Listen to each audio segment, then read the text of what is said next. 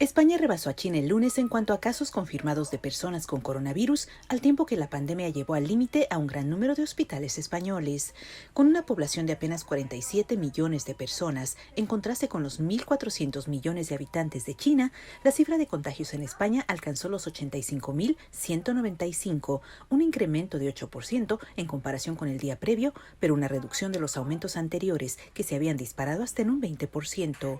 Las autoridades también reportaron 812 nuevos fallecimientos, lo que eleva su total de decesos confirmados a 7.340. Los expertos aseguran que esas cifras y las de todos los países del mundo son mucho menores que el impacto real de la pandemia, debido a las limitaciones para realizar las pruebas, a irregularidades en el conteo y a que no han sido detectados casos leves.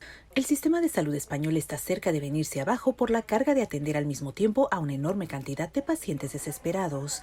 Al menos 6 de las 17 regiones de España se encuentran en el límite de camas en las unidades de cuidados intensivos de sus hospitales y 3 más están cerca del límite, dijeron las autoridades el lunes. Cuadrillas de trabajadores construyen frenéticamente más unidades hospitalarias. Cerca del 15% del total de los contagiados en España, aproximadamente 13.000 personas, son trabajadores del sector salud, lo que merma los esfuerzos de los hospitales para ayudar al tsunami de personas con serios problemas respiratorios. En la mayoría de los pacientes, el virus causa síntomas leves o moderados como fiebre o tos, que duran unas pocas semanas, pero otros, especialmente ancianos y personas con problemas médicos previos, pueden morir o sufrir complicaciones graves como neumonía. Rosalba Ruiz, Associated Press.